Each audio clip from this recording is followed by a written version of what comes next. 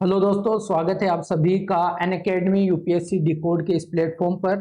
जैसा कि आप सभी जानते हैं, इस सीरीज में हम यूपीएससी के प्रीलिम्स के पीवाईक्यूज की चर्चा कर रहे हैं। हमारा टारगेट क्या है? टारगेट है 26। लेकिन एक्चुअली मुझे यह रियलाइजेशन हो रहा है, क्योंकि अनअकैडमी का हमारा यह जो चैनल है, यह एक तो न्यू है। आप लोगों के पास इसकी प्रॉपर इंफॉर्मेशन भी अभी नहीं है। आप लोगों ने अगर सब्सक्राइब नहीं किया है तो सब्सक्राइब कर लीजिए, लेकिन आप लोगों के पास अभी इसकी प्रॉपर इंफॉर्मेशन नहीं है और नोटिफिकेशंस नहीं आते हैं। और इसी वजह से आपको सेशंस भी जो रेगुलर मिल रहे थे, है ना, रेगुलर जो सेशंस मिल रहे थे वो भी अब एक गैप के साथ, एक ब्रेक के साथ पिछले 2-3 सेशन आपको मिले हैं। तो मेरा ये उद्देश्य था कि हम 2026 के बच्चों के लिए, लर्नर्स के लिए उनकी फंडामेंटल तैयारी की इंपॉर्टेंस को समझाते हुए उनके फंडामेंटल पार्ट ऑफ प्रिपरेशन को क्या कर दें, बेहतर कर दें।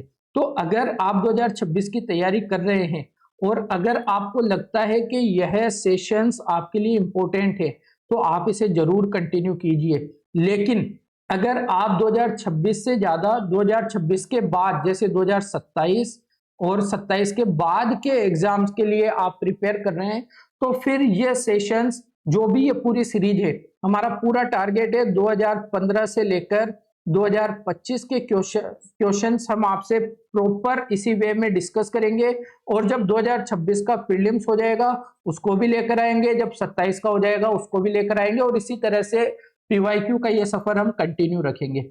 ठीक है, तो 2016 के पीवाईक्यू हम कर रहे थे, 3 पार्ट हम कर चुके हैं। 3 पार्ट का मतलब है 75 क्वेश्चंस आप लोगों ने कर लिए हैं। 3 वो हैं और 5 सेशन आपको मिले थे 2015 के। तो मैं आई एम डेम श्योर कि अगर आपने उन सेशन को देखा है, इन 8 सेशन को अगर आपने देखा है, तो मैं 100% श्योर हूं कि आप लोगों को तैयारी को लेकर एक अलग वे नजर आया होगा, एक अलग डायरेक्शन समझ में आई होगी और बहुत सारे इंसाइट्स आपको मिले होंगे, है ना। पीवाईक्यू करने का तरीका क्या होना चाहिए? पीवाईक्यू करने का मतलब सिर्फ ये नहीं होता है कि आपने क्वेश्चन देखा, उसका आंसर पता कर लिया। नहीं, हमें एक अंडरस्टैंडिंग बिल्ड करने में हेल्प करते हैं पीवाईक्यूज। और मेरा पिछले 8 सेशन में यही एक इरादा रहा है, यही एक उद्देश्य रहा है कि आपकी अंडरस्टैंडिंग को मैं बिल्ड कर पाऊं प्रीलिम्स के इर्द गिर्द, ताकि प्रीलिम्स निकालना जितना हम टफ समझते हैं उतना है नहीं दोस्तों, है ना। तो मेरा इरादा यही है कि आप लोगों को चीजें बेहतर करके, थोड़ी सिंप्लीफाई करके समझाने की कोशिश करें। ठीक है, तो आइए आज के इस सेशन में चर्चा करते हैं। हमारे वेरी फर्स्ट क्वेश्चन से 76 क्वेश्चन ये है, देखिए, अटल पेंशन योजना। दोस्तों, मैंने कितनी बार, एक बार इसकी थिकनेस अगर बढ़ जाती है तो बढ़ा लेते हैं, लेकिन इसकी थिकनेस नहीं बढ़ती यार, है ना। थिकनेस बढ़ जाएगी? नहीं बढ़ेगी, नहीं बढ़ेगी। ब्लैक चलाते हैं दोस्तों। कितनी बार, ये देखिए, ये हमारा 9th सेशन है और 9th सेशन में से, एक सेकंड, ये इसका एक इशू है कि इस टाइप पे यहाँ पर अगर हम कुछ लिख रहे होते हैं तो ये पीछे बैक हो जाता है। कोई नहीं, पिछले सेशन में भी हमने फेस की ना ये चीज, कोई बात नहीं। ये हमारा 9th सेशन है और 9th सेशन में से कम 5 से 6 बार मैंने आपको ये बताया होगा। हम देखते ना सर, क्या है, इतनी सारी योजनाएं हैं, कौन सी पढ़े, कहां से क्वेश्चन बनता है। देखिए, वो बात ठीक है कि यूपीएससी कहीं से भी क्वेश्चन बना सकता है, लेकिन 2015 और 2016 के पेपर में अब तक मैंने आपको कितनी ऐसी योजनाएं, कम से कम 4 ऐसी योजनाएं बता दी जिनका एक ह्यूज इंपैक्ट आता है भारत की जनता पर, भारत के नागरिकों पर, है ना। खास तौर से भारत के जो निर्धन जनसंख्या है, जो अपेक्षाकृत गरीब जनसंख्या है, जो ग्रामीण जनसंख्या है। तो जब भी भारत में, देखिए, भारत क्या है, एक कल्याणकारी राज्य है दोस्तों। भारत एक कल्याण, हमारा कॉन्स्टिट्यूशन हमें एक कल्याणकारी राज्य के रूप में बात करता है। और कल्याणकारी राज्य में हमें लोगों का क्या करना है? लोगों के विकास के लिए निरंतर काम करना होता है। सरकार इसीलिए होती है। तो सरकार क्या करती है? गरीबों के लिए, जो अपेक्षाकृत पिछड़े रह गए हैं, गरीबी रेखा से नीचे, उन लोगों को मुख्य धारा में लाने के लिए, उन लोगों का सुचारू रूप से विकास सुनिश्चित करने के लिए अलग अलग तरह की योजनाएं लेकर आती है। उन योजनाओं में से भी जिन योजनाओं का इंपैक्ट बहुत बड़े स्तर पर है, वो आपके नोट्स में शामिल होनी चाहिए। और वहां से क्वेश्चन बनते हैं। अगर इन केस वहां से प्रीलिम्स का क्वेश्चन नहीं भी बनता तो हमें केवल प्रीलिम्स देकर तो फ्री होना नहीं है, हमें तो मेंस में भी तो लिखना है उस योजना के बारे में। जहां जरूरत पड़ेगी वहां लिख देंगे, एक पॉइंट बन जाएगा उसका।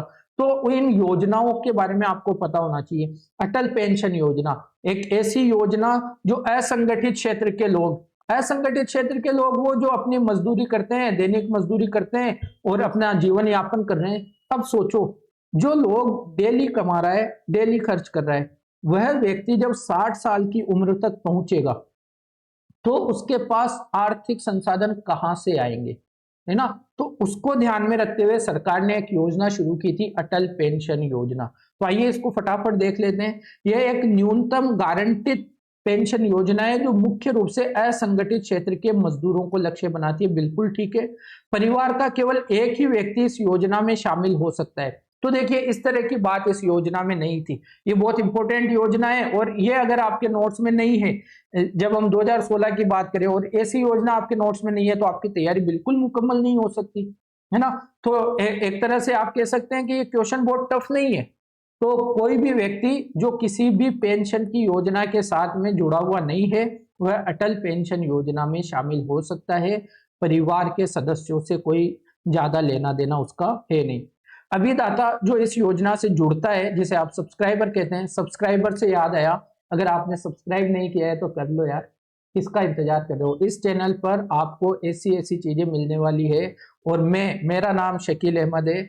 मैं आपको इतना यकीन दिलाता हूं कि मेरे माध्यम से आपको हिंदी मीडियम वाले दोस्तों के लिए, हिंदी मीडियम वाले दोस्तों के लिए बहुत कुछ मिलने वाला है ना। आप इस चैनल को सब्सक्राइब करो। खैर, आते हैं क्वेश्चन पे। अभिदाता की मृत्यु के पश्चात जीवन साथी को आजीवन पेंशन की समान राशि गारंटीकृत की गई है। क्या समान राशि गारंटी रहती है? तो बिल्कुल ए और सी आपका दोनों ठीक है, लेकिन दूसरा गलत है। आप अगर देखेंगे तो मैंने यहाँ पर आपको सब कुछ दिया हुआ है ना। ये बिल्कुल ठीक है। प्रोत्साहित करने के लिए एपीआई शुरू की गई थी, अटल पेंशन योजना। और खाता धारकों की, जो भी बैंक में खाता खुला हुआ है और जिसने भी इस तरह का कोई दूसरी वैधानिक सामाजिक सुरक्षा योजना का सदस्य नहीं है, वह इसमें शामिल हो सकता है। परिवार के सदस्यों की संख्या का इस पर कोई फर्क पड़ता नहीं है। ठीक है, तो इस तरह से अब इसकी पीडीएफ देखिए, आज हमारा 2016 का पेपर कंप्लीट हो जाएगा। तो इसकी पीडीएफ आपको कहां पर मिलेगी? इसकी पीडीएफ आपको मिलेगी मेरे टेलीग्राम चैनल पर। टेलीग्राम का नाम क्या है? टेलीग्राम का नाम है शकील अहमद, शकील AHAMAD अहमद अनअकैडमी, है ना। इस पर जाएंगे, इसको आप सर्च करेंगे तो मैं वहां पर मिल जाऊंगा आपको। वहां पर आपको इसकी पीडीएफ मिल जाएगी, आप लोग देख सकते हैं। इसके अलावा लास्ट में, सेशन के लास्ट में मैंने आपको उसका स्कैनर भी दे रखा है, आप लोग डायरेक्ट स्कैन करके भी पहुंच सकते हैं। आइए फटाफट चलते हैं अगले क्वेश्चन पे। RCEP बड़ा चर्चा का विषय रहा था 2016, 17, 18 के टाइम पीरियड पर। क्या है? Regional comprehensive economic partnership. यह पद प्राय समाचारों में देशों के एक समूह के मामलों के संदर्भ में आता है। कौन से देशों का समूह इसको कहा जा सकता है? तो देखिए, इस टाइम पीरियड पर आसियान के जो देश हैं, आसियान की जो 10 मेंबर कंट्रीज है, उन्होंने भारत और इधर के कुछ रीजन वाले, हमारे जो साउथ ईस्ट एशिया वाले लोग हैं ना, इनके साथ एक फ्री ट्रेड एग्रीमेंट को लेकर क्या किया था, एक पार्टनरशिप करने की कोशिश की थी। तो भारत तो उसमें शामिल नहीं हुआ, लेकिन आरसीईपी की मीटिंग्स होती थी तो ये बहुत चर्चा में रहता था। तो ये किसके साथ है? आसियान देशों से संबंधित यह आरसीईपी की पार्टनरशिप आपको देखने को मिलेगी। तो इसकी अगर आप एक्सप्लेनेशन की बात करेंगे तो आरसीईपी क्या है? इस अवधारणा मुख्य रूप से आसियान के सदस्य देशों द्वारा तैयार की गई थी। आरसीईपी में वर्तमान में 15 देश शामिल है, जिसमें आसियान के 10 देश, Brunei, Cambodia, Indonesia, Laos, Malaysia, Myanmar, Philippines, Singapore, Thailand, Vietnam ये है। और ऑस्ट्रेलिया, चीन, जापान, साउथ कोरिया और न्यूजीलैंड, ये 5 देश और है इसमें। भारत की क्या स्थिति है? भारत इस समझौते का हिस्सा बनने के लिए शुरुआती वार्ताओं में तो शामिल था, लेकिन 2019 में अपनी घरेलू अर्थव्यवस्था और किसानों के हितों की रक्षा के लिए भारत ने इस समझौते से बाहर रहना ही मुनासिब समझा। भारत ने कहा, भाई हमारी अर्थव्यवस्था को इससे नुकसान होगा तो हम इसमें शामिल नहीं होंगे, है ना। तो आरसीईपी एक इंपॉर्टेंट था उस टाइम पर, लेकिन आपके लिए वर्तमान में इससे क्या सीखना है? वर्तमान में इससे ये सीखना है कि अगर भारत का किसी भी देश के साथ में फ्री ट्रेड एग्रीमेंट होता है या उसकी जोरों शोरों से तैयारियां चल रही है ना, अगर जोरों शोरों से इसकी वार्ताएं चल रही है, तो वो आपके एग्जाम पर्सपेक्टिव से इंपॉर्टेंट होता है। ठीक है, ये बात आपको इससे सीखनी है। और आरसीईपी तो आपके बेसिक सिलेबस का पार्ट बन जाना चाहिए अब। ठीक है, आइए अगला क्वेश्चन। निम्नलिखित में से किसमें आप ऊर्जा दक्षता ब्यूरो का स्टार लेवल पाते हैं? ऊर्जा दक्षता bureau, bureau of energy efficiency, BEE.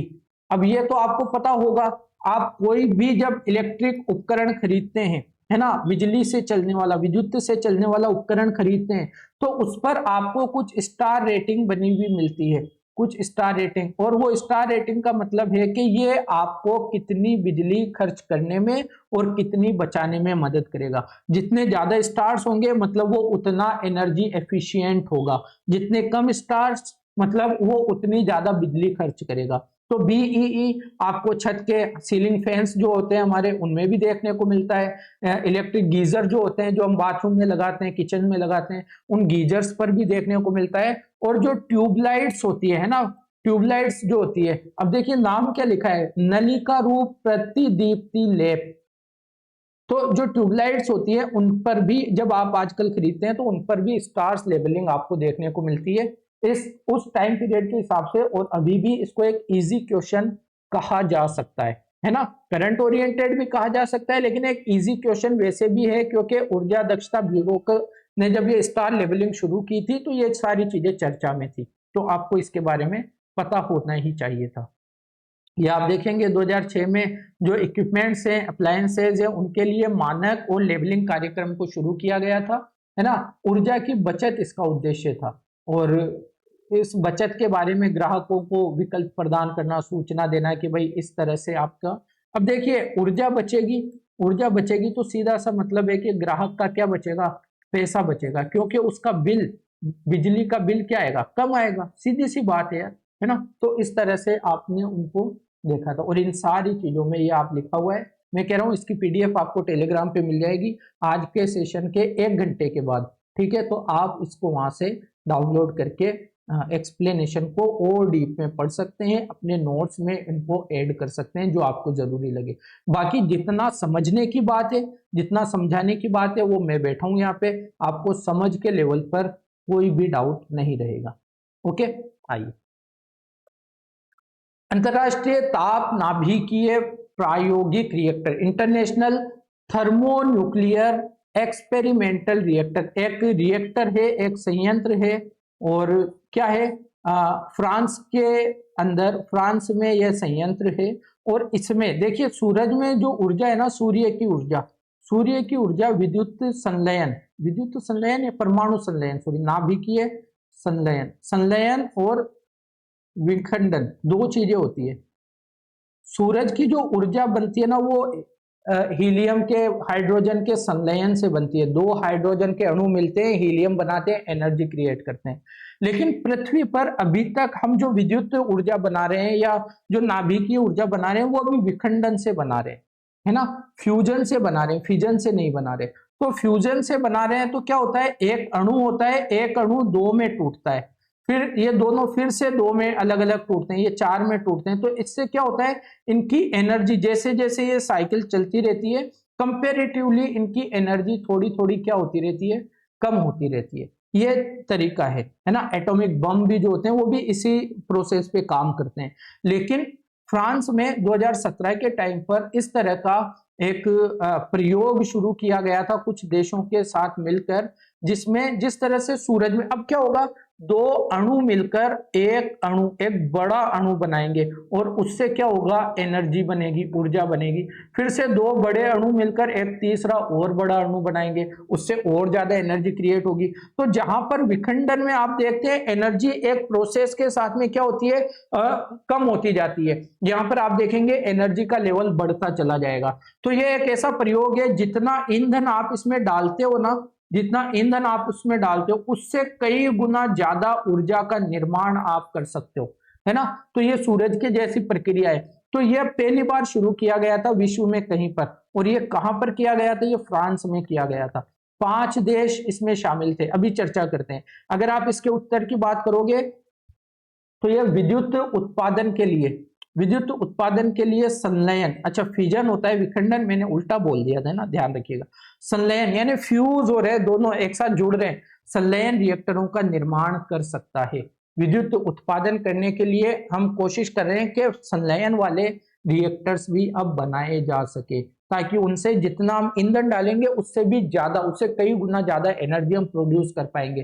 तो पूरे विश्व में, खासकर गरीब देशों में जिस तरह से एनर्जी की पहुंच की कमी है, इलेक्ट्रिसिटी की पहुंच की कमी है, उसको आप ज्यादा आसानी से दूर कर पाएंगे। हालांकि इसमें खतरा भी ज्यादा है ना, क्योंकि विखंडन से ही, अगर फिशन की बात करें तो फिजन में ही जब एटॉमिक बम बनता है तो कितना ज्यादा नुकसान होता है। तो सोचो इस तरह का जब हाइड्रोजन बम अगर बन गया और वो आउट ऑफ कंट्रोल होकर ब्लास्ट हो गया, तो एक हाइड्रोजन बम आधी से ज्यादा पृथ्वी को तबाह करने के लिए काफी है, इवन पूरी पृथ्वी को तबाह करने के लिए काफी है। तो खतरे भी हैं, जिस तरह से एटॉमिक एनर्जी प्लांट के खतरे होते हैं उसी तरह से इसके भी है। लेकिन वैज्ञानिकों का काम होता है दोस्तों कि हम रिसर्च एंड एनालिसिस करते रहें, है ना, रिसर्च एंड डेवलपमेंट करते रहे। तो ये सारा था। इंटरनेशनल थर्मोन्यूक्लियर एक्सपेरिमेंटल रिएक्टर थे, ITER इसको कहा जाता है।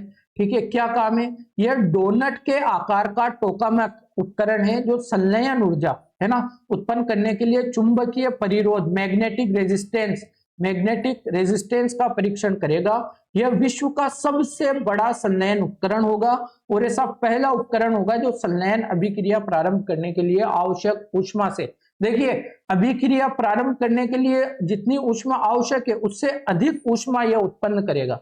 पढ़ना भी एक तरीके से पढ़ना है, केवल रीड करके नहीं निकल जाना, बहुत सारी चीजें निकालनी, बिटवीन द लाइंस निकालना है, राइट। यह कैसे कार्य करता है? हाइड्रोजन को अत्यंत उच्च तापमान पर गर्म किया जाता है और उससे यह प्लाज्मा में आयनित हो जाता है और आपस में टकराकर जुड़ता है और ऊर्जा क्रिएट करता है, ऊर्जा उत्पन्न करता है। कहां पर निर्माण किया जा रहा है? फ्रांस के केडाराचे में, केडाराचे, है ना, शायद ये प्रोनाउंसिएशन को लेकर इसका नाम और बेहतर हो सकता है। केडाराचे सुविधा के समीप इसका निर्माण किया जा रहा है। चीन शामिल है, यूरोप शामिल है, जापान शामिल है, भारत शामिल है, साउथ कोरिया शामिल है, रूस शामिल है और USA शामिल है। मैंने 5 देश बताए थे, यहाँ पर 7 है, 7 का ध्यान रखना है, 5 का नहीं। महत्वपूर्ण क्यों है? वही महत्वपूर्ण है क्योंकि यह संलयन ऊर्जा से संचालित होने योग्य हमें बना देगा। इसकी लागत लगभग 18 बिलियन यूरो से 22 बिलियन यूरो के बीच में बताई जा रही है। डॉलर में आप बात कर रहे हैं तो 45 बिलियन डॉलर की भी चर्चा आपको देखने को मिलती है कुछ अनुमानों के अनुसार। ठीक है, तो यह एक इंपॉर्टेंट क्वेश्चन है। हालांकि इस तरह की अवधारणाएं आपके लिए हमेशा इंपॉर्टेंट होती है। हिस्ट्री का क्वेश्चन है दोस्तों।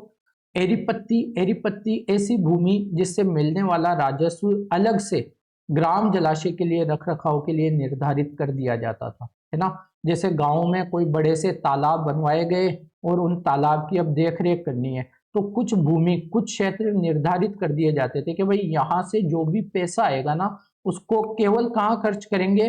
केवल इस तालाब के रख रखाव के लिए खर्च करेंगे। तो एरीपत्ती वह भूमि थी, बिल्कुल ठीक है।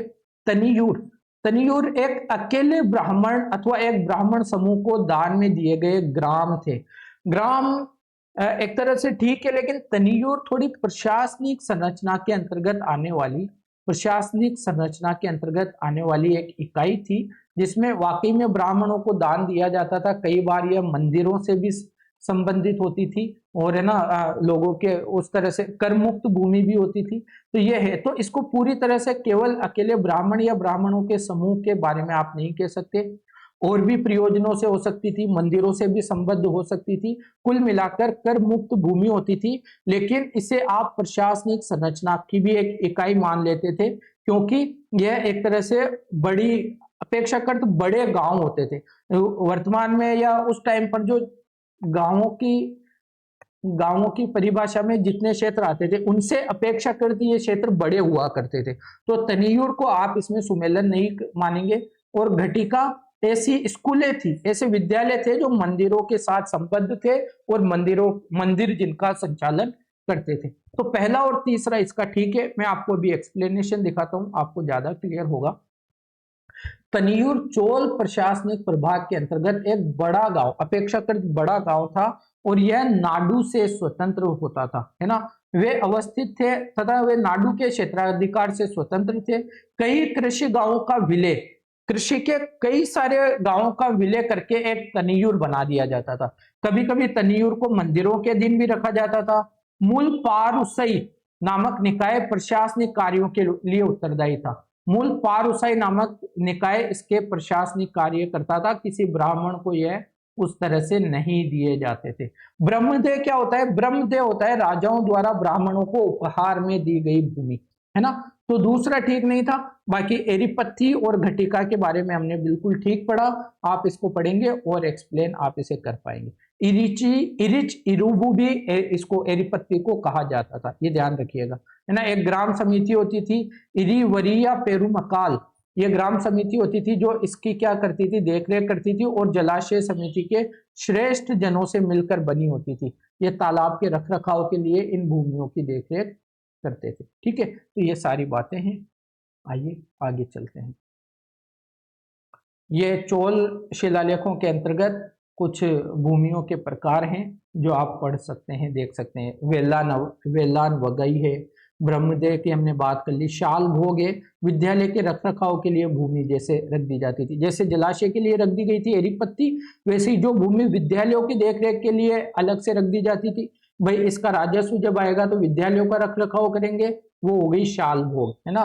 फिर देवदान, तिरुनामट्टकन्नी, मंदिरों को उपहार में दी गई भूमि। फिर पलिच्छंदम, है ना, जैन संस्थाओं को दान में दी गई भूमि। ये अलग अलग भूमियों की चर्चा मिलती है। इंटरनेशनल सोलर अलायंस ISA कब गठन हुआ था? 2015 में ही गठन हुआ था। किस टाइम पर? जब हमने जलवायु परिवर्तन सम्मेलन, पेरिस जलवायु परिवर्तन सम्मेलन 2015 में हुआ था ना, COP21 जलवायु सम्मेलन, पेरिस जलवायु सम्मेलन, इसी के साथ में भारत और फ्रांस ने मिलकर यहीं पर घोषणा की थी ISA की। तो इसके बारे में बात है। अंतर्राष्ट्रीय सौर गठबंधन 2015 के संयुक्त राष्ट्र जलवायु परिवर्तन सम्मेलन में प्रारंभ किया गया था, तो बिल्कुल ठीक है। इस गठबंधन में संयुक्त राष्ट्र के सभी सदस्य सम्मिलित हैं। देखो यार, संयुक्त राष्ट्र के सभी सदस्य तो अभी 2026 तक भी सम्मिलित नहीं है, ये तो 2016 की बात कर रहा है ना। तो ये क्या है? ये स्टेटमेंट आपका गलत है, पहला एकदम ठीक है। अभी हाल ही में ISA का एक नया क्या हुआ है? समिट हुआ है 2025 में, ISA का समिट हुआ है, तो उसकी थोड़ी सी चर्चा कर लेते हैं, है ना। इसकी उत्पत्ति 2015 में भारत और फ्रांस ने COP21 के दौरान लॉन्च की थी। ग्लोबल साउथ का सबसे बड़ा संधि आधारित अंतर सरकारी गठबंधन ये है, संगठन है। इसका मुख्यालय गुरुग्राम भारत में है। यह ऐसा पहला अंतरराष्ट्रीय अंतर सरकारी संगठन है जिसका मुख्यालय भारत में है, ये भी ध्यान रखिएगा। 124 सदस्य और हस्ताक्षरकर्ता देश हैं। ISA के फ्रेमवर्क समझौते में 2020 में संशोधन किया गया। अच्छा, पहले क्या था? पहले यह था कि पृथ्वी के जो देश कर्क रेखा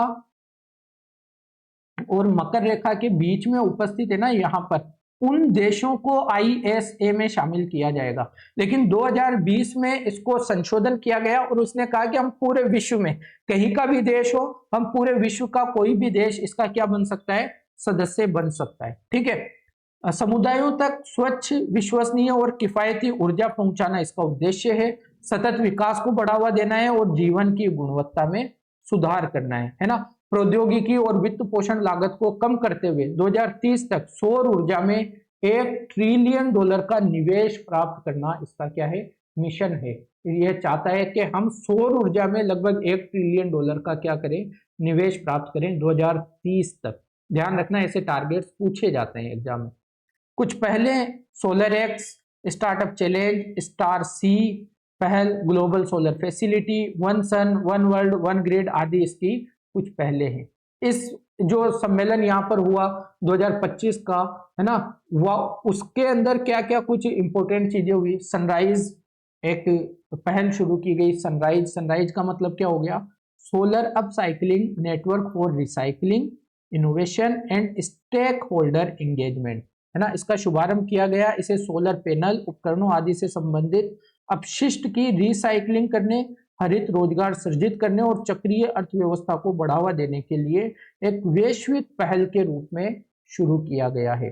फिर सिड्स यानी लघु द्वीपीय विकासशील देश खरीद समझौता ज्ञापन, 16 लघु द्वीपीय विकासशील देशों ने ISA विश्व बैंक प्लेटफॉर्म के तहत समन्वित रूप से सौर ऊर्जा उपकरणों की खरीद और क्षमता के लिए साझेदारी की है, क्षमता निर्माण के लिए। कुछ रिपोर्टें हैं, है ना, ईज ऑफ डूइंग 2025 है, सोलर ट्रेंड्स 2025 है, इनको आप देख सकते हैं। भारत में ऊर्जा के लिए सिलिकॉन वैली बनाने के लिए वैश्विक क्षमता केंद्र का अनावरण किया गया और इसके साथ ही ISA अकादमी AI आधारित ऑनलाइन लर्निंग प्लेटफॉर्म का भी शुभारंभ किया गया। ध्यान रखिएगा, इंपॉर्टेंट हो जाता है ये, इस तरह के पोर्टल एग्जाम्स में पूछे गए हैं, है ना, तो ध्यान रखिएगा।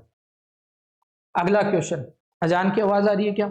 आएगी थोड़ी सी। अब मैं सेशन जिस टाइम पे रिकॉर्ड कर रहा हूँ, अजान का थोड़ा वक्त है ना, थोड़ा सा मैनेज कीजिए, बस 2-3 मिनट की बात है, ठीक है। समाचारों में कभी कभी देखा जाने वाला यूरोपीय स्थिरता तंत्र, यूरोपियन स्टेबिलिटी मैकेनिज्म, स्टेबिलिटी की बात कर रहा है दोस्तों, स्टेबिलिटी। और किसी देश में स्टेबिलिटी कब आती है? जब उस देश की राजनीतिक अवस्था ठीक हो, और उससे भी इंपॉर्टेंट जब उस देश की आर्थिक अवस्था ठीक हो, अर्थव्यवस्था ठीक हो, अर्थव्यवस्था कहना ज्यादा ठीक है, जब उस देश की अर्थव्यवस्था ठीक से चल रही हो। तो यूरोपियन यूनियन अपने देशों के अर्थव्यवस्था को सुचारू रूप से चलाने के लिए एक मैकेनिज्म स्थापित करता है जिसे कहा गया यूरोपियन स्टेबिलिटी मैकेनिज्म, है ना, यूरोपियन स्टेबिलिटी मैकेनिज्म इसे कहा गया। और ये वही था कि अर्थव्यवस्था को हमें संभालना है यूरो देश की, यूरोपियंस की, है ना। तो EU की एक एजेंसी है जो यूरो क्षेत्र के देशों को वित्तीय सहायता उपलब्ध कराती है। वित्तीय सहायता की जरूरत कब पड़ती है? जब आप किसी को क्या करते हैं, अर्थव्यवस्था कमजोर हो रही है, आर्थिक झटके लग रहे हैं, तो फिर वहां के देशों को, वहां के बैंकों को वित्तीय उपलब्धता, वित्तीय सहायता की उपलब्धता की जरूरत होती है। तो बी इसका एकदम ठीक आंसर है ना, बी इसका एकदम ठीक आंसर है। आइए आगे चलते हैं। ये आप देख रहे हैं, यूरोपीय संघ की एक एजेंसी है, यूरोजोन के देशों को ऋण के रूप में मुश्किल में फंसे बैंकों को नई पूंजी के रूप में वित्तीय सहायता प्रदान करती है ना। इसका संगठन का मुख्यालय कहां पर है? लग्जमबर्ग में है। यह एक विशेष ESM अंतर सरकारी संधि की पुष्टि करने वाले सभी यूरोजोन सदस्य राज्यों के लिए सार्वजनिक अंतरराष्ट्रीय कानून के तहत कार्य करता है। आइए अगला क्वेश्चन देखें। निम्नलिखित में से कौन सा ड्रिप सिंचाई पद्धति के प्रयोग का लाभ है या है? अब ड्रिप सिंचाई पद्धति कितनी इंपॉर्टेंट है कृषि को लेकर, है ना। पानी का वेस्टेज भी होता है, मृदा का स्वास्थ्य भी खराब होता है, फसलें भी उतने उपज नहीं हो पाती, खरपतवार बढ़ जाती है। तो क्या फायदे हो सकते हैं ड्रिप सिंचाई के?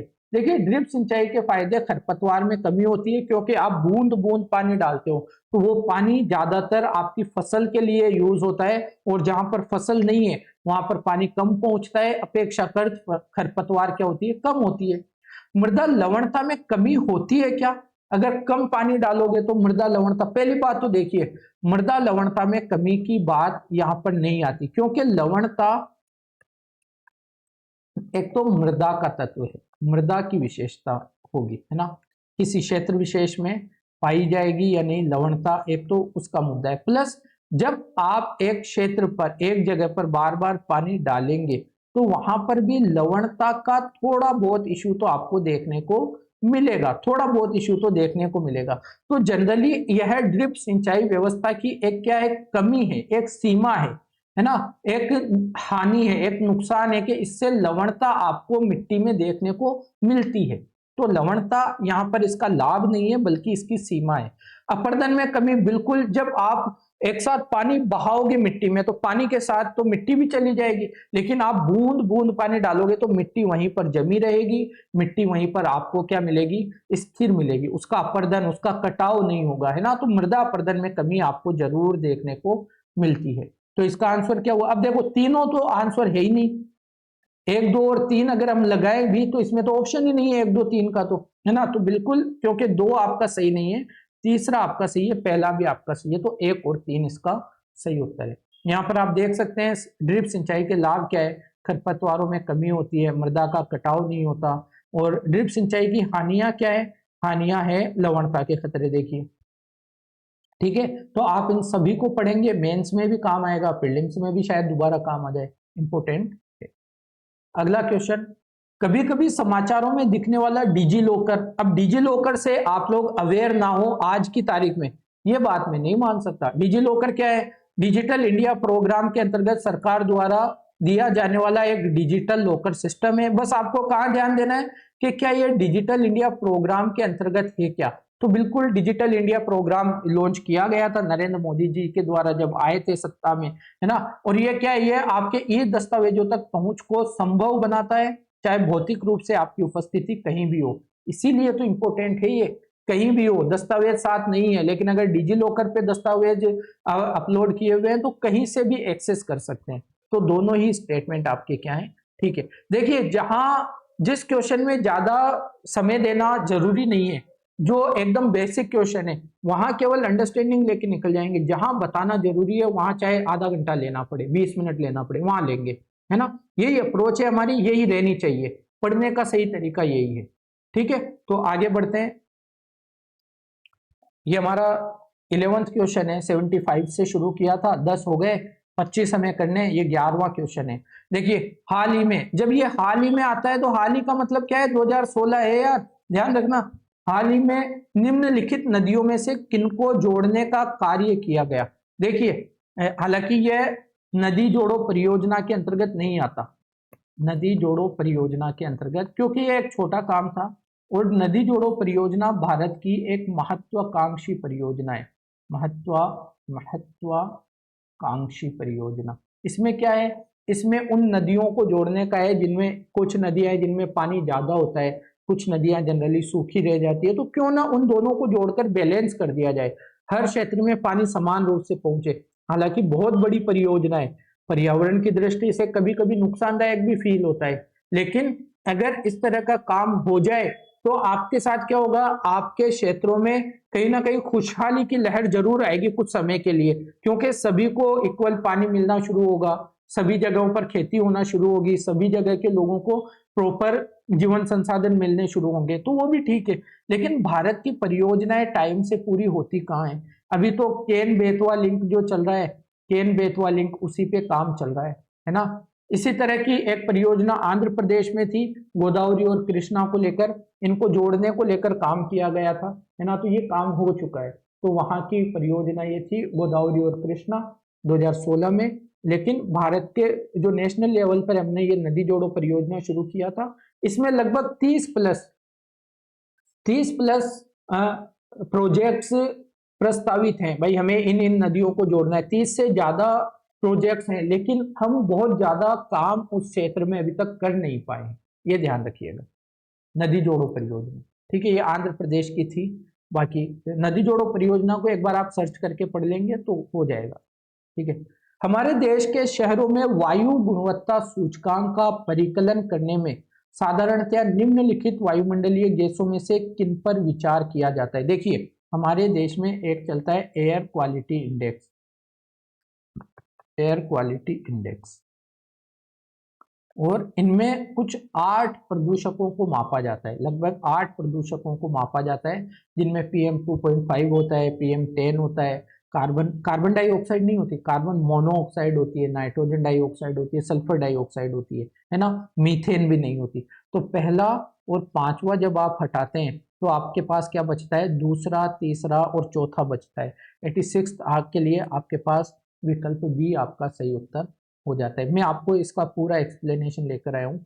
AQI की 6 श्रेणियां हैं, इनको बांटा जाता है अच्छा, संतोषजनक, मध्यम प्रदूषित है, खराब है, बहुत खराब है और गंभीर है ना। इनमें 8 प्रदूषकों को मापा जाता है। PM 10 होता है, 2.5 होता है, नाइट्रोजन डाइऑक्साइड होता है, सल्फर डाइऑक्साइड होता है, कार्बन मोनोऑक्साइड होता है, ओजोन होता है, ये क्या है, NH3 आप क्या किसे कहते हैं, अमोनिया होता है, और लेड होता है, PB होता है ना, सीसा, सीसा। तो ये सारी चीजें इनको मापा जाता है। आप इनको यहाँ पर देख सकते हैं, इसके अंदर आने वाले जितने भी ये हैं, क्या कहते हैं इनको, प्रदूषक, 8 प्रदूषक हैं, सल्फर डाइऑक्साइड, ओजोन। इनको आप पढ़ लेंगे तो थोड़ा और क्लैरिटी आपको मिलेगी। PM 10 और PM 2.5 भी यहाँ पर है। स्रोतों की भी चर्चा है, प्रभाव की भी चर्चा है। ये प्रमुख वायु प्रदूषक वायु गुणवत्ता सूचकांक में शामिल है। इसके लिए अल्पकालिक राष्ट्रीय नाक से ना नेशनल राष्ट्रीय परिवेशी वायु गुणवत्ता एयर क्वालिटी करके NAQQS ऐसा कुछ है इसका, है ना, वायु गुणवत्ता मानक निर्धारण करके है, या NAA है, मानक स्टैंडर्ड्स ऐसा ही कुछ है, आप देखिएगा क्वालिटी मेजर्स को लेकर, नाक्स इसको बोलते हैं, है ना।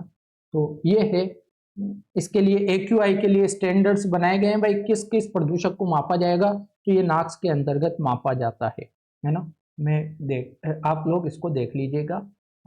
आगे चलते हैं।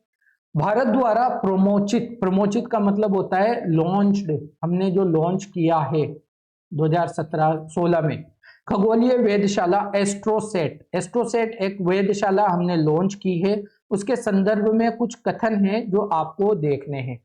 यूएसए और रूस के अलावा केवल भारत एकमात्र ऐसा देश है जिसने अंतरिक्ष में उसी प्रकार की वेधशाला प्रमोचित की। देखिए, जब हमने स्ट्रेटेजी वीडियो में बात की थी ना, स्ट्रेटेजी कम एनालिसिस था वो, है ना। एक तो आपका असेसमेंट था आपकी अब तक की तैयारी का, और आगे के दिनों की स्ट्रेटेजी थी।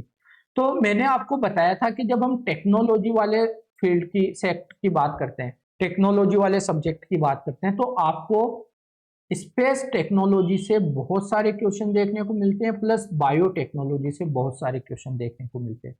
स्पेस टेक्नोलॉजी में जब भी किसी मिशन को लॉन्च करने की बात की जाए और ऐसा कहा जाए कि भारत ऐसा करने वाला एकमात्र देश है, या भारत ऐसा करने वाला तीसरा देश है, या भारत ऐसा करने वाला 5वां देश है, तो हमेशा ध्यान रखिए भारत से पहले उस तरह के मिशन, इतना जरूर आइडिया लगाना इस स्टेटमेंट को सही या गलत करने से पहले, जनरली हो सकता है यूएसए भारत से आगे हो सकता है रशिया भारत से आगे और हो सकता है चाइना उस क्षेत्र में भारत से आगे हो। इन चीजों के बारे में जरूर सोचना, और सोचने के अब मन हो तो ईएसए यूरोपियन स्पेस एजेंसी का सोचना, और जाक्सा, है ना, जापान की स्पेस एजेंसी को लेकर भी एक बार आइडिया लगा लेना जब भी आप इस तरह की चीजों को कंपेयर कर रहे होते हैं कि भारत पहला देश है कि चौथा देश है। जनरली भारत चौथा देश होता है, क्योंकि यूएसए, रशिया और चाइना ने उस तरह का काम कर लिया होता है, कर चुका होता है। ठीक है, तो यहां पर आपको जरूर समझने की बात है।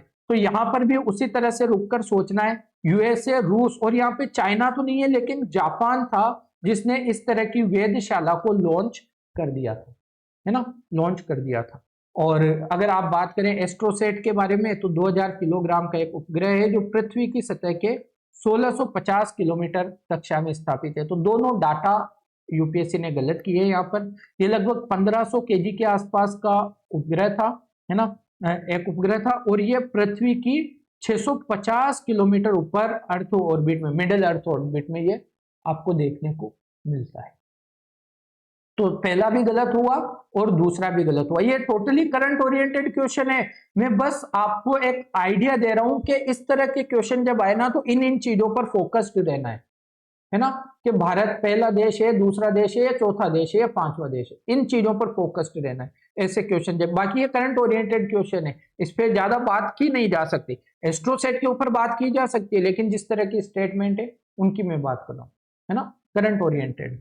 चलिए इसको आप देखेंगे तो पहला सही नहीं है, क्योंकि जापान में सुजुकी थी, स्पेक्ट आर थी रशिया की, और हबल टेलीस्कोप जो था, ये अंतरिक्ष वेधशालाएं थी जो इन लोगों ने, इन देशों ने ऑलरेडी लॉन्च कर चुके थे, है ना। बाकी एस्ट्रोसेट PSLV C30 के द्वारा 650 किलोमीटर की ऊंचाई पर 1513 किलोग्राम का यह क्या था, उपग्रह था। 6 डिग्री कोण पर यह स्थापित था, है ना। तो ये सारी चीजें थी। और किस किस चीजों पर, विद्युत चुंबकीय स्पेक्ट्रम के ऑप्टिकल वेव्स, पराबैंगनी, अल्ट्रावायलेट, निम्न और उच्च ऊर्जा एक्सरे क्षेत्रों में ब्रह्मांड का अवलोकन ये करने के काबिल है, कर सकती है। एस्ट्रोसेट के बारे में आप यहाँ पर और भी एक्स्ट्रा जानकारी देख सकते हैं। इसरो के द्वारा इसको लॉन्च किया गया था, PSLV C30 से, राइट। तो ये करंट ओरिएंटेड क्वेश्चन था, टेक्नोलॉजी का क्वेश्चन था, स्पेस टेक्नोलॉजी। आज ही मैं सुबह जो हमारी स्पेशल क्लास होती है ना अनअकैडमी पे हमारी स्पेशल क्लास होती है, जिसमें मैं अभी गुप्ता पढ़ा रहा हूँ, गुप्ता पीरियड पढ़ा रहा हूँ, है ना, गुप्त काल पढ़ा रहा हूँ हिंदी में कहे तो, और हिंदी मीडियम के हिसाब से पढ़ा रहा हूँ, हिंदी मीडियम वाले बच्चों को ही पढ़ा रहा हूँ। तो उसमें आज ही हमने अर्घट की चर्चा की है।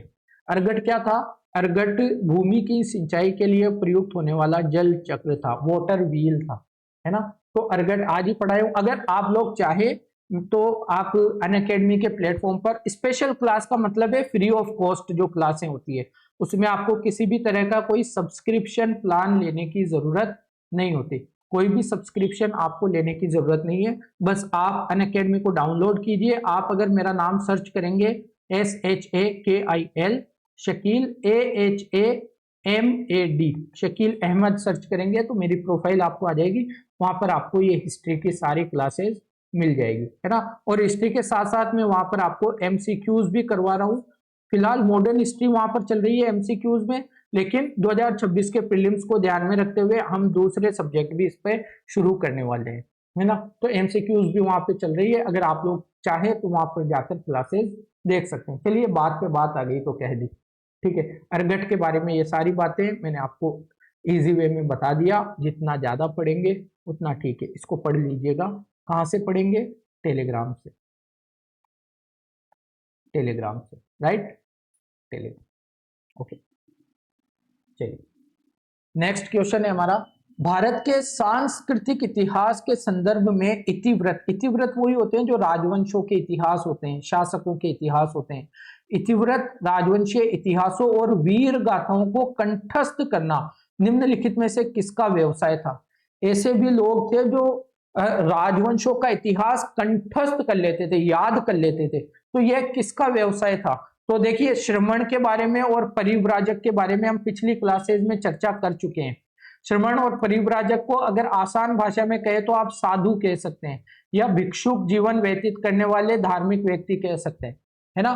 तो ये वो लोग वही थे, सिद्ध लोग जिन्हें आप कह सकते हैं कि जिन्होंने अपने आप को सिद्ध स्तर तक ले गए हैं ज्ञान के मामले में और धर्म के मामले में, है ना, सिद्ध व्यक्ति। तो ये नहीं है, इनका ये काम नहीं था।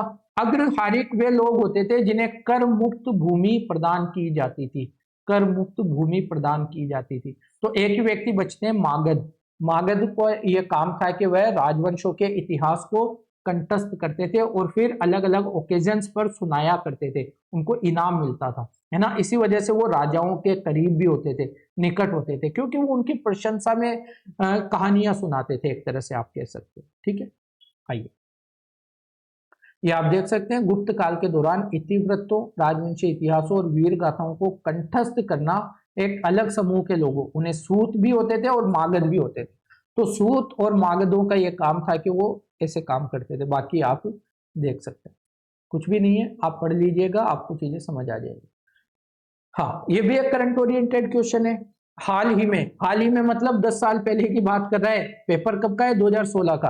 हाल ही में हमारे देश में पहली बार निम्नलिखित राज्यों में से किसने एक विशेष तितली को राज्य तितली के रूप में घोषित किया है? तो कौन था इस टाइम पर? महाराष्ट्र ने अपने एक तितली को राज्य तितली घोषित किया था, ब्लू मॉर्मन इसका नाम था। एक बड़ी स्वेलाउटेल तितली है, यह मुख्य रूप से श्रीलंका और भारत में पाई जाती है। यह मुख्य रूप से महाराष्ट्र के पश्चिमी घाट, दक्षिण भारत और तटीय क्षेत्रों तक ही सीमित है, ठीक है। तो आप इसमें देख सकते हैं, करंट ओरिएंटेड क्वेश्चन था, बाकी तितली की प्रजाति इंपॉर्टेंट अब के लिए नहीं रह गई, है ना। हाँ, 10 क्वेश्चन और हमारे बचे। निम्नलिखित कथनों पर विचार कीजिए। इसरो के द्वारा प्रमोचित मंगलयान, मंगलयान क्या है? देखिए फिर से उसी तरह की बात आ गई जैसी मैंने आपको समझाई थी। इसको मार्स ऑर्बिटर मिशन, आपने सुना होगा, मॉम इसको कहा जाता है, मार्स ऑर्बिटर मिशन भी कहा जाता है, बिल्कुल ठीक है। भारत को यूएसए के बाद मंगल के चारों ओर अंतरिक्ष यान को चक्रमण कराने वाला दूसरा देश बना दिया है। क्या इस मिशन ने भारत को यूएसए के बाद दूसरा देश बना दिया है जिसने मंगल की ऑर्बिट में किसी उपग्रह को भेजा है? तो यहां पर फिर से सोचना है, लेकिन यह बात गलत है। फिर आप देखेंगे भारत, और देखिए वहां पर भी वो बात गलत थी, यहां पर भी आपको गलत ही मिल रहा है। क्या भारत दूसरा देश है या तीसरा है या चौथा है? सोचो, यूएसए, रशिया की भी हो सकता है, रशिया बहुत आगे रहा है इस मामले में, चाइना भी हमसे कहीं ना कहीं आगे ही रहा है, हालांकि चाइना भी नहीं कर पाया है ये काम, मतलब अभी तो कर लिया उसने, लेकिन उस टाइम तक नहीं कर पाया था जब ये क्वेश्चन पूछा गया। भारत को एकमात्र ऐसा देश बना दिया गया है जिसने अपने अंतरिक्ष यान को मंगल के चारों ओर चक्रमण करने में पहली बार में सफलता प्राप्त कर ली। ये विशेषता कितनी चर्चाओं का विषय रही थी कि हमने पहली बार में क्या कर लिया, या अचीव कर लिया कि हम लोग पहली बार में मंगल ग्रह की कक्षा में पहुंचने में सफल रहे। तो पहला और तीसरा यहाँ पर ठीक है, दूसरा आपका गलत है। 1 और 3 सी इसका सही उत्तर देखने को आपको मिलेगा। अगर आप बात करें MOM की उपलब्धियां हैं, भारत द्वारा संपन्न पहला अंतरराष्ट्रीय मिशन है, लंबी दूरियों में करने वाला के पूर्ण ऑन बोर्ड स्वायत्त लागू करता है, ये जो भी है। 1965 में पहली सफल उड़ान के बाद से 4 संस्थाएं, नासा, सोवियत संघ यानी USA और यूरोपीय अंतरिक्ष एजेंसी और इसरो चौथी संस्था थी, 4th संस्था थी, ना कि 2nd। यहाँ पर ये गलत आपका हो गया, जबकि चीन और जापान सहित अन्य द्वारा प्रयास किए गए, बाद में प्रयास किए गए, है ना। तो पहली बार में सफलता के साथ पहुंच गई, ये कौन था, ये आप कह सकते हैं इसरो था हमारा, ठीक है। तो पहला तीसरा ठीक है, दूसरा गलत है। आइए 1907 इतिहास का क्वेश्चन है, मॉडर्न हिस्ट्री। 1907 में सूरत में भारतीय राष्ट्रीय कांग्रेस के विभाजन का मुख्य कारण क्या था भाई, क्या मुख्य कारण था, देखिए पढ़िए इसको।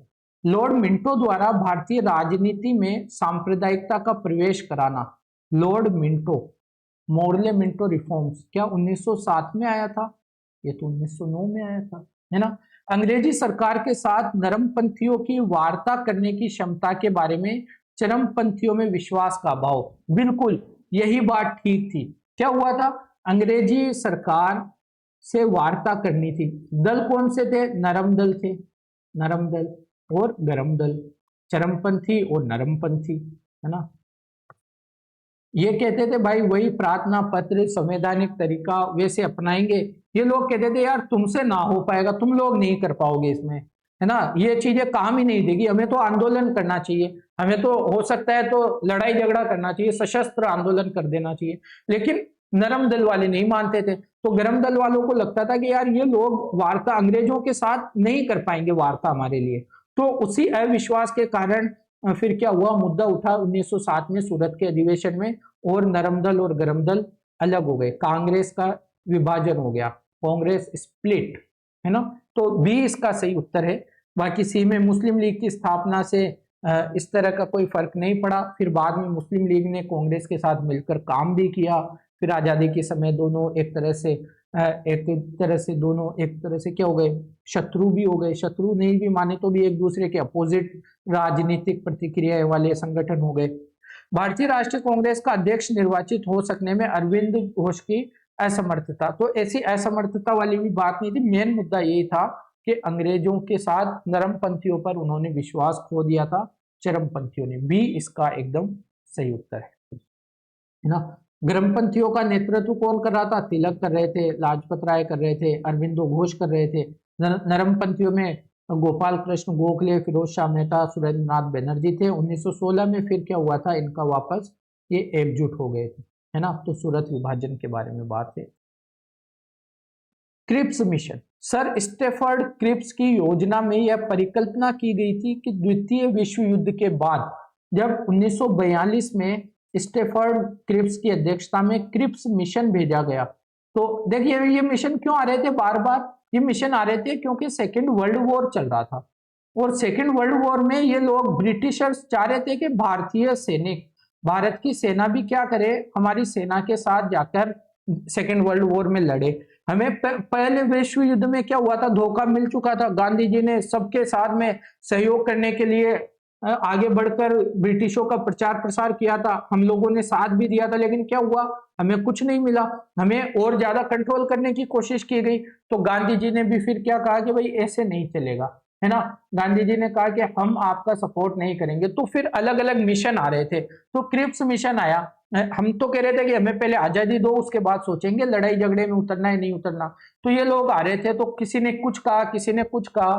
तो क्रिप्स मिशन कौन सी योजना लेकर आई थी कि द्वितीय विश्व युद्ध के बाद भारत को क्या प्रदान किया जाएगा, वो पूछ रहा है। क्या भारत को पूर्ण स्वतंत्रता देने के बारे में बात की थी? कोई नहीं दे रहा भाई पूर्ण स्वतंत्रता, बिल्कुल बात नहीं की थी इसके बारे में। स्वतंत्रता प्रदान करने के पहले भारत को 2 भागों में विभाजित कर देना चाहिए, ऐसी बात लास्ट तक क्या लॉर्ड माउंटबेटन से पहले किसी ने नहीं की थी, या की भी हो तो किसी ने एक्सेप्ट नहीं की थी, है ना। तो क्रिप्स मिशन तो 1942 की बात है, ये बात ठीक नहीं है। भारत को इस शर्त के साथ गणतंत्र बना देना चाहिए कि वह राष्ट्रमंडल में शामिल होगा, ऐसी भी कोई बात नहीं थी। भारत को डोमिनियन स्टेटस, अधिराज्य का दर्जा दे दिया जाएगा, ये बात की थी क्रिप्स मिशन ने कि भारत को एक डोमिनियन स्टेटस दे दिया जाना चाहिए। शासन ब्रिटेन का ही रहेगा, लेकिन बहुत हद तक भारत को ऑटोनोमस बना दिया जाएगा। अधिराज्य का दर्जा, कुछ विषय ब्रिटिश के हाथ में रहेंगे, बाकी ज्यादातर विषय आपके किसके हाथ में रहेंगे, भारत के हाथ में आ जाएंगे, डोमिनियन स्टेटस, है ना। तो इसकी बात की थी, डी हमारा एकदम ठीक है। ये आप देख सकते हैं, पूरा पढ़ लेना, मार्च 1942 में आया था।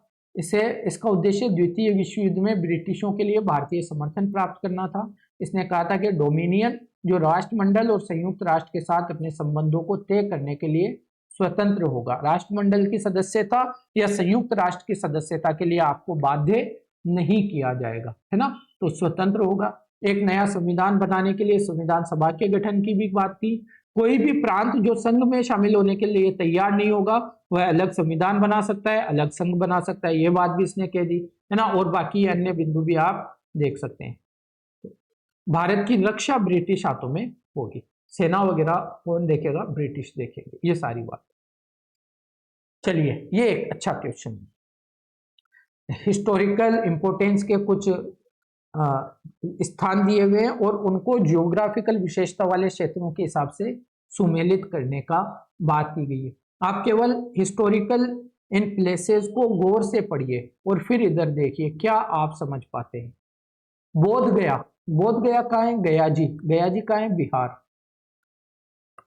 बघेलखंड वाला रीजन कौन सा है भाई, बघेलखंड वाला रीजन कौन सा है, यूपी, पश्चिमी यूपी और एमपी, उत्तर पूर्वी एमपी वाला रीजन। तो बिहार तो कहीं ना कहीं है ही नहीं, बिल्कुल ही नहीं है। तो आप क्या पहले को एलिमिनेट नहीं कर सकते? जब आप पहले को एलिमिनेट करेंगे तो ए और डी आपका नहीं चला जाएगा। अब क्या बचा, अब दो आप देख रहे हैं, दो एकदम ठीक है, दोनों ऑप्शन में दो भी है और दोनों ऑप्शन में पांच भी है। पांच क्या है, पांच है तिरुपति का है आंध्र प्रदेश के रायलसीमा वाले रीजन में। दूसरा और पांचवा ठीक है, शिरडी में हो सकता है आप कंफ्यूज हो जाए, क्योंकि शिरडी कहां पर है, शिरडी महाराष्ट्र में है। और विदर्भ का भी, महाराष्ट्र का जो पूर्वी हिस्सा आप देखते हैं, जो पश्चिमी घाट के इधर वाला हिस्सा है, जो पर्वताभिमुख हिस्सा है, उसको तो आप क्या कहते हैं, पश्चिमी घाट का पवनामुख हिस्सा। और इधर दूसरा वाला जो हिस्सा है जहां पर कम वर्षा होती है, उसे आप विदर्भ वाला रीजन कह सकते हैं, थोड़ा बहुत, है ना, उस तरह का। तो जो शिरडी है वो विदर्भ में नहीं है, शिरडी शायद अहमदनगर जिले में एक शहर है ना, अहमदनगर जिला है, अभी हम और कंफर्म कर लेंगे। तो ये है, लेकिन नासिक देखो यार, नासिक मालवा में, महाराष्ट्र में है। और मालवा कहां पर है, मालवा में आप देखेंगे मध्य प्रदेश का ज्यादातर रीजन है, थोड़ा सा राजस्थान का रीजन है, महाराष्ट्र का नासिक वाला रीजन तो उसमें नहीं आता। तो मुझे लगता है आपको अगर थोड़ा सा भी जियोग्राफिकल लोकेशंस का आइडिया है ना, तो आप चौथे को भी एलिमिनेट कर दोगे। और जब चौथे को आप एलिमिनेट करोगे तो सी आपके पास सही बचेगा, यानी खजुराहो ठीक है, और ये ठीक है तिरुपति, है ना। बुंदेलखंड वाले रीजन में खजुराहो है, मध्य प्रदेश, ठीक है। तो ये आप देखिए, यहां पर आप देखेंगे बघेलखंड मध्य भारत में स्थित एक क्षेत्र है, जो मध्य प्रदेश के पूर्वोत्तर क्षेत्र और पश्चिमी उत्तर प्रदेश, यही बात मैंने आपको बताई। बोध गया बिहार में स्थित है। खजुराहो स्मारक राजपूत चंदेल शासक के बारे में, चलो ये तो पढ़ लीजिएगा, जिसे बाद में बुंदेलखंड में ही है ना। विदर्भ भारतीय राज्य महाराष्ट्र का पूर्वी क्षेत्र है, महाराष्ट्र का पूर्वी क्षेत्र विदर्भ है, जिस क्षेत्र में वर्षा कंपेरेटिवली कम होती है। नागपुर मंडल और अमरावती मंडल इसमें शामिल है। शिरडी एक शहर है जो महाराष्ट्र के अहमदनगर जिले के अंतर्गत आता है, यह विदर्भ क्षेत्र में स्थित नहीं है। तिरुपति वाला ठीक है। नासिक भी वही सह्याद्री पश्चिमी घाट पर्वतमाला में आता है, और यह दक्कन के पठार पर स्थित है, ना कि मालवा पर यह नहीं है ना, मालवा पर नहीं। आइए आगे चले। राष्ट्रहित में भारत की संसद राज्य सूची के किसी भी विषय पर विधिक शक्ति प्राप्त कर लेती है यदि इसके लिए एक संकल्प पारित कर दिया जाए। कौन सा संकल्प पारित किया जाएगा, कैसे? क्या कह रहा है, वापस पढ़िए। राष्ट्र हित में, देश के हित में भारत की संसद राज्य सूची के किसी विषय पर विधिक शक्ति प्राप्त कर लेती है। यानी आप देखते हैं कि हमारी 7वीं अनुसूची जो है उसमें 3 अनुसूचियां है, 3 सूचियां है।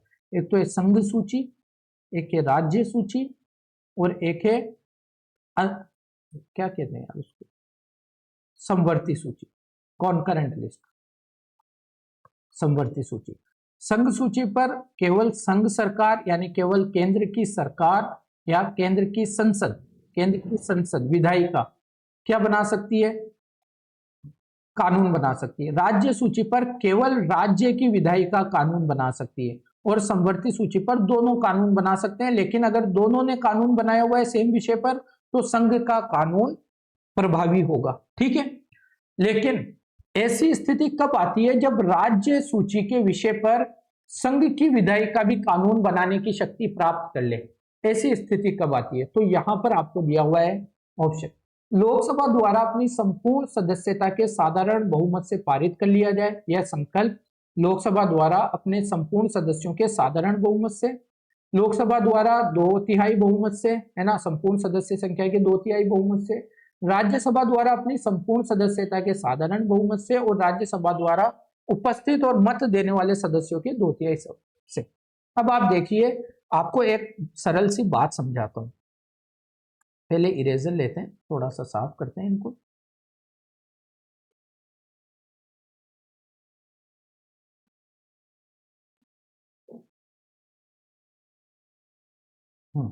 अब आप देखिएगा, थोड़ा सा ध्यान दीजिएगा।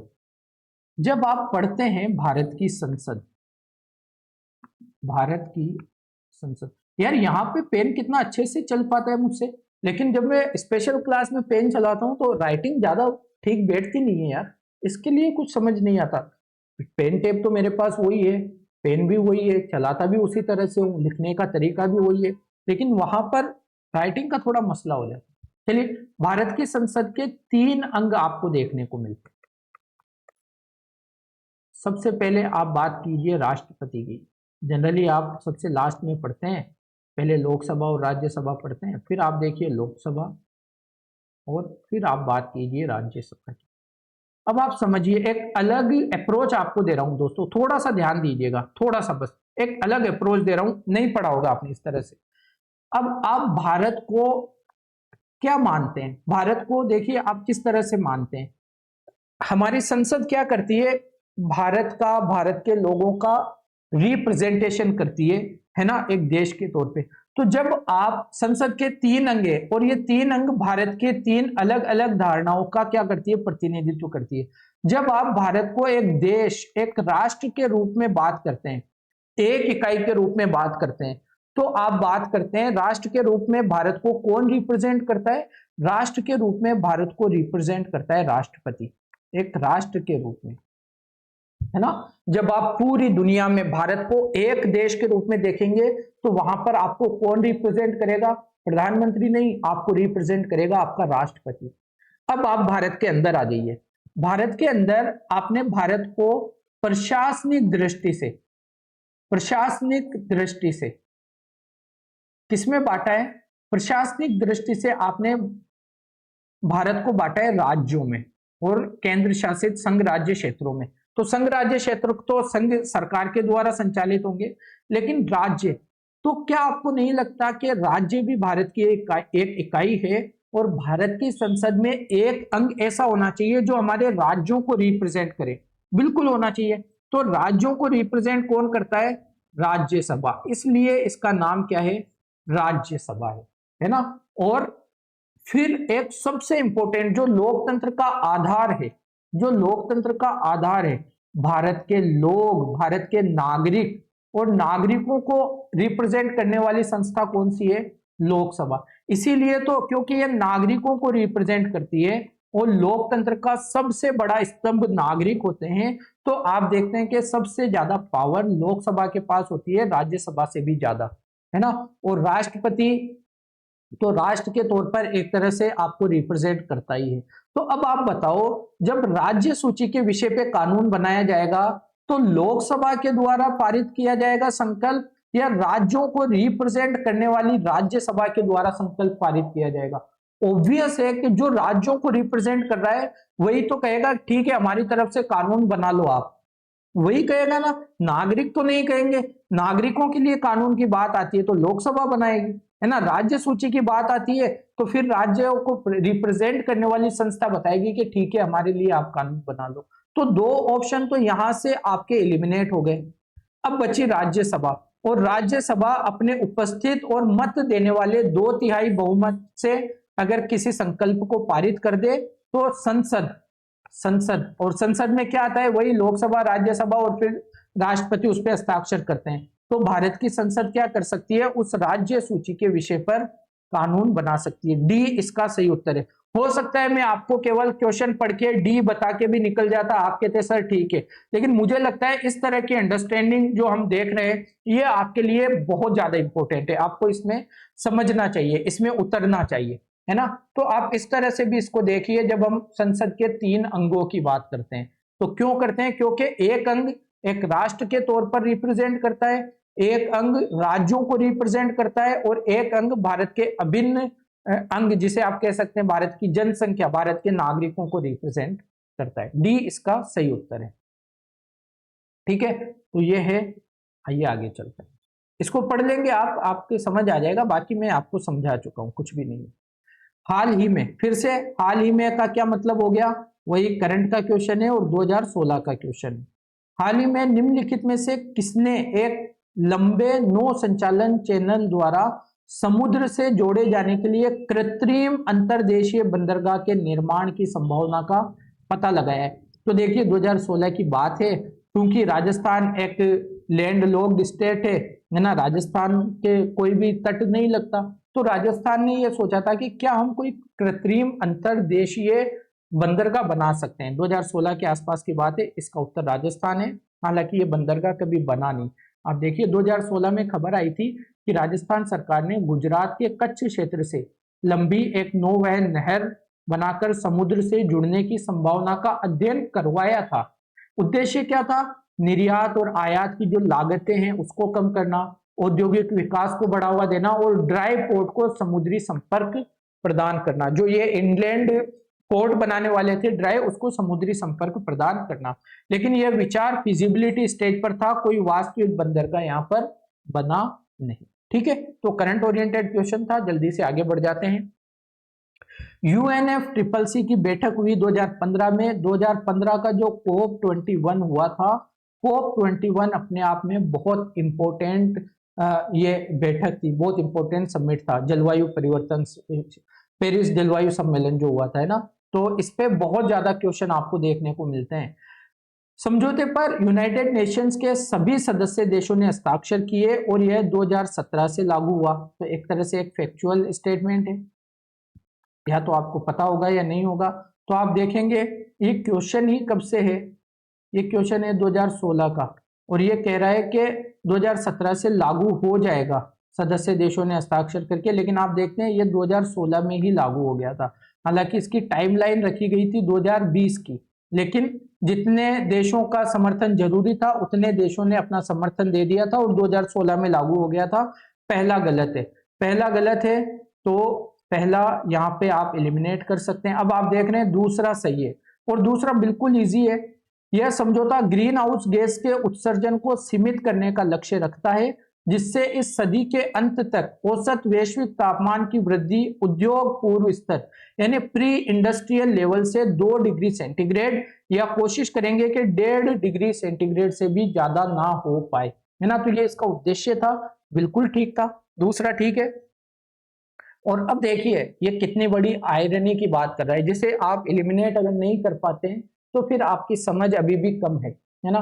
विकसित देशों ने वैश्विक तापन में अपनी ऐतिहासिक जिम्मेदारी को स्वीकारा और जलवायु परिवर्तन का सामना करने के लिए विकासशील देशों की सहायता के लिए 2020 से प्रतिवर्ष 1000 अरब डॉलर देने की प्रतिबद्धता जताई। मांगे गए थे कि 2 मिलियन डॉलर मांगे गए थे, है ना, या 1000 मांगे गए थे, लेकिन इन्होंने स्वीकार ही नहीं किया। प्रतिबद्धता तो जताई नहीं कि भाई ये देंगे क्या, स्वीकारा नहीं इन्होंने, और अपनी के हमने ये क्या कह रहा है कि इन्होंने ऐतिहासिक जिम्मेदारी को स्वीकार कर लिया कि हमने सबसे ज्यादा उत्सर्जन किया है।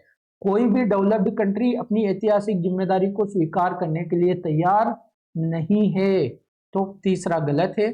और प्रतिबद्धता तो इन्होंने व्यक्त की नहीं, दिया है तो इन्होंने कभी है ही नहीं अभी तक, है ना। सॉरी। तो तीसरा भी गलत है, दूसरा ठीक है। मुझे लगता है हमारे सेशन को अच्छा खासा टाइम हो गया। 2016 में लागू हुआ था, है ना, 2016 में लागू हो गया, पहला ठीक नहीं है और तीसरा भी ठीक नहीं है। मैं आप लोगों के लिए पूरा एक टाइमलाइन लेकर आया हूँ UNFCCC को लेकर। आप लोग क्या कीजिएगा, मैं अगर पढ़ाऊँ तो ये सारी चीजें क्या है, एक तरह से फैक्चुअल है, सारी चीजें यहाँ पर लिखी हुई है, COP 7, 8, COP 13, COP 19 जो भी इंपॉर्टेंट है तो मैं लेकर आया हूँ। आप लोग बस इतनी रिक्वेस्ट है कि मुझे लगता है सेशन ज्यादा लंबा हो जाएगा, इसको आप पढ़ लेंगे तो आपकी बहुत सारी चीजें क्लियर हो जाएगी। मैं आपको यह PDF मेरे टेलीग्राम चैनल पर देने वाला हूं, आप लोग वहां से इसे ले सकते हैं। टेलीग्राम चैनल का नाम है शकील अहमद, AHAMAD लिखना है ना, Shakil Ahmad Unacademy Telegram channel का नाम है। ये आपको आज सेशन के अपलोड होने के 1 घंटे के बाद टेलीग्राम पर मिल जाएगा, तो आप लोग इसे प्लीज देख लीजिएगा। मैं यहाँ पर हमें बात करनी चाहिए इस साल हुए 2030 सॉरी COP 30 की, जो 2025 में अभी हुआ है बेलेम में, है ना, बेलेम ब्राजील में हुआ है। तो COP 30 आपके लिए इंपॉर्टेंट है, इसमें कुछ नई पहलों की घोषणा की गई है। ग्लोबल इम्प्लीमेंटेशन एक्सेलरेटर 2 वर्षों का काम है। इसका उद्देश्य वही राष्ट्रीय जलवायु कार्य योजनाओं, वैश्विक ताप वृद्धि को 1.5 डिग्री तक रोकने के लिए आवश्यक कार्यवाहियों के अंतराल को समाप्त करना है। आप लोग इसको पढ़िएगा, सब समझ में आ जाएगा, कुछ भी ऐसा नहीं है समझ में ना आए, बस यहाँ पर आप COP 30 करना, है ना। तो बेलेम मिशन टू 1.5, इसमें COP 29, COP 30 और COP 31 की जो देश अध्यक्षता करेंगे उन तीनों का एक ट्रायका है, एक तीनों के लिए एक मंच है जो इस दिशा में काम करेंगे। यहाँ पर मोतीराव डिसीजन अपनाया गया है, देखिए फिर से ये हो गया, मोतीराव डिसीजन अपनाया गया है यहाँ पर UNFCCC के द्वारा, है ना। इसका मतलब क्या होता है, इसका मतलब होता है मिलकर कार्य करना। तो इस घोषणा पत्र को, इस डिसीजन को अपनाया गया है। इसके अंतर्गत कुछ चीजें हैं, आप लोग देख लीजिए, इसमें कुछ भी ऐसा नहीं है जो आपको समझ में ना आए, ठीक है। आगे बढ़ते हैं, ये और इसकी घोषणाएं हैं। फोस्टरिंग इन्वेस्टिबल नेशनल इंप्लीमेंटेशन फिनी पहल, हो सकता है एग्जाम में पूछ ले। बेलेम स्वास्थ्य कार्य योजना, tropical forest forever facility TFFF, है ना, जेंडर एक्शन प्लान, ये सारी घोषणाएं इसके अंतर्गत मिली है। $1 ट्रिलियन अमेरिकी डॉलर जुटाना इसका इन्वेस्टिबल नेशनल इंप्लीमेंटेशन का क्या है, लक्ष्य है, उद्देश्य है 3 सालों में। फिर हम बात करें, लास्ट 3 क्वेश्चन हमारे हैं और एक्चुअली मैं टाइम यही देख रहा हूं कि हमें एक लाइव क्लास के लिए भी जाना है कुछ देर के बाद। अगर हम 98th क्वेश्चन की बात करें, धारणीय विकास लक्ष्य 1972 में एक वैश्विक विचार मंडल थे जिसे क्लब ऑफ रोम कहा जाता था, प्रस्तावित किया गया था। देखिए सस्टेनेबल गोल्स किसके द्वारा प्रस्तावित किए गए थे, ये आपको पता होना चाहिए। क्या, देखिए जब आप बात करते हैं क्लब ऑफ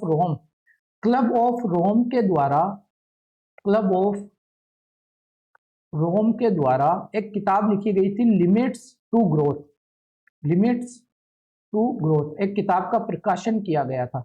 इस किताब में आपने धारणीय विकास, सस्टेनेबल डेवलपमेंट गोल्स के बारे में बात की थी, लेकिन इसका प्रस्ताव आपने नहीं किया, है ना, इसका प्रस्ताव आपने नहीं किया, तो पहला गलत हो जाता है। बाकी आपको पता है कि सस्टेनेबल डेवलपमेंट गोल्स हमें 2030 तक प्राप्त करने, तो दूसरा एकदम ठीक है। आप लोग इसको देखेंगे, 1972 में लिमिट्स टू ग्रोथ में धारणीयता के बारे में वर्णन किया था। हालांकि उन्होंने सतत विकास लक्ष्यों को प्रस्तावित नहीं किया था। सतत विकास लक्ष्यों को सितंबर 2015 में UN जनरल असेंबली महासभा के प्रस्ताव के आधार पर 193 देशों के द्वारा अपनाया गया था। 2030 तक हमें इसको प्राप्त करना है। ये सारा सस्टेनेबल डेवलपमेंट गोल्स को लेकर ब्रंटलैंड आयोग, और जब फिर 1992 में रियो डी जेनेरियो में जो पर्यावरण सम्मेलन अर्थ समिट हुआ था, इसके बारे में ये पूरी क्रोनोलॉजी मैंने दी है आप लोगों को, आपके लिए इंपॉर्टेंट है, आप इसे पढ़ लीजिएगा दोस्तों। करंट ओरिएंटेड क्वेश्चन है, the man who knew infinity, एक व्यक्ति जो इन्फिनिटी को जानता है, अनंतता को जानता है। इस शीर्षक से एक चलचित्र, एक मूवी, एक फिल्म, एक मूवी बनी है।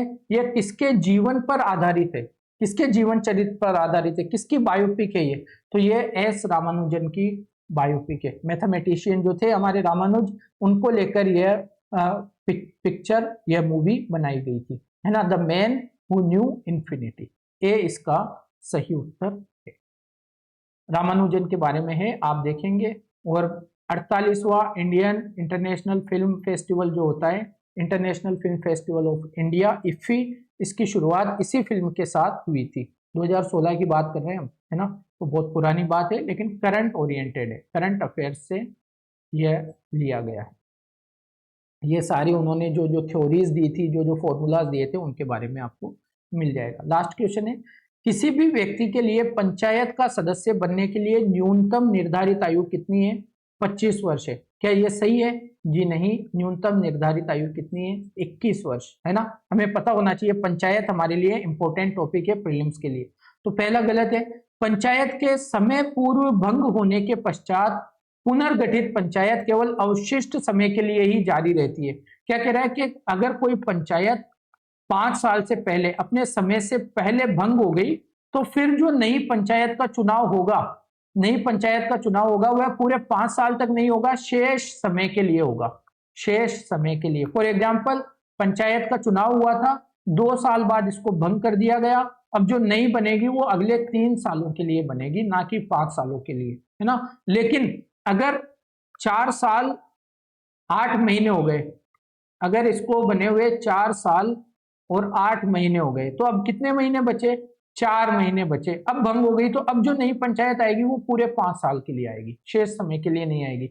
यानी अगर 6 माह से कम टाइम बचता है नई पंचायत के गठन में, फिर भंग हो जाती है, तो फिर वो शेष समय के लिए नहीं आती, वो पूरे 5 साल के लिए आती है ना।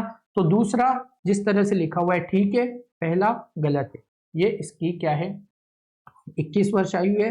इसके विघटन के 6 महीने के भीतर चुनाव कराना अनिवार्य है।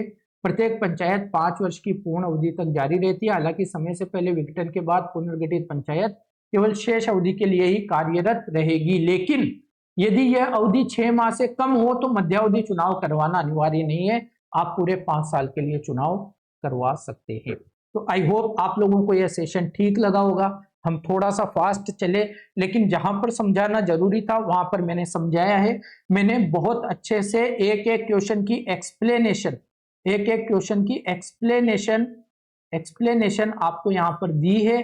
अगर आप चाहें तो इस स्कैनर को क्या कर सकते हैं, स्कैन करके हमारा टेलीग्राम चैनल ज्वाइन कर सकते हैं। और जब अभी आपको यह सेशन मिल रहा है, इस सेशन के खत्म होने के, इस सेशन की समाप्ति के 1 घंटे के अंदर अंदर आपको हमारे टेलीग्राम चैनल पर हमारी इस सेशन की और पीछे जो 4 सेशन टोटल अब तक हुए 2016 के पेपर के, इन पूरे क्वेश्चंस की पीडीएफ आपको यहाँ पर मिल जाएगी। तो अपने सेशंस के बारे में बताते रहिएगा, आपको कैसे लग रहे हैं, आपको पसंद आ रहे हैं या नहीं आ रहे, आपको हेल्प कर रहे हैं या नहीं कर रहे, और आपको लगता है किन चीजों पर ज्यादा फोकस करने की जरूरत है। मेरे अकॉर्डिंग, मेरी जो अंडरस्टैंडिंग है यूपीएससी एग्जाम्स को लेकर, मैं आप लोगों के लिए बहुत मेहनत करके ये सेशन लेके आ रहा हूँ। फिर भी आपको लगता है सर आपकी और कोई कमी है जिस पर आप बात करना चाहें, है ना, जिस पर आप ज्यादा तवज्जो दिलाना चाहें, वो भी बता सकते हैं। तो कमेंट में अपना फीडबैक जरूर छोड़िए। अगर आप पहली बार आए हैं सेशन पर, पिछले सेशंस देखिए, चैनल को सब्सक्राइब कर लीजिए। अपना ख्याल रखिए, अपनों का ख्याल रखिए, पढ़ाई करते रहिए, है ना। टेक केयर, बाय बाय, जय हिंद।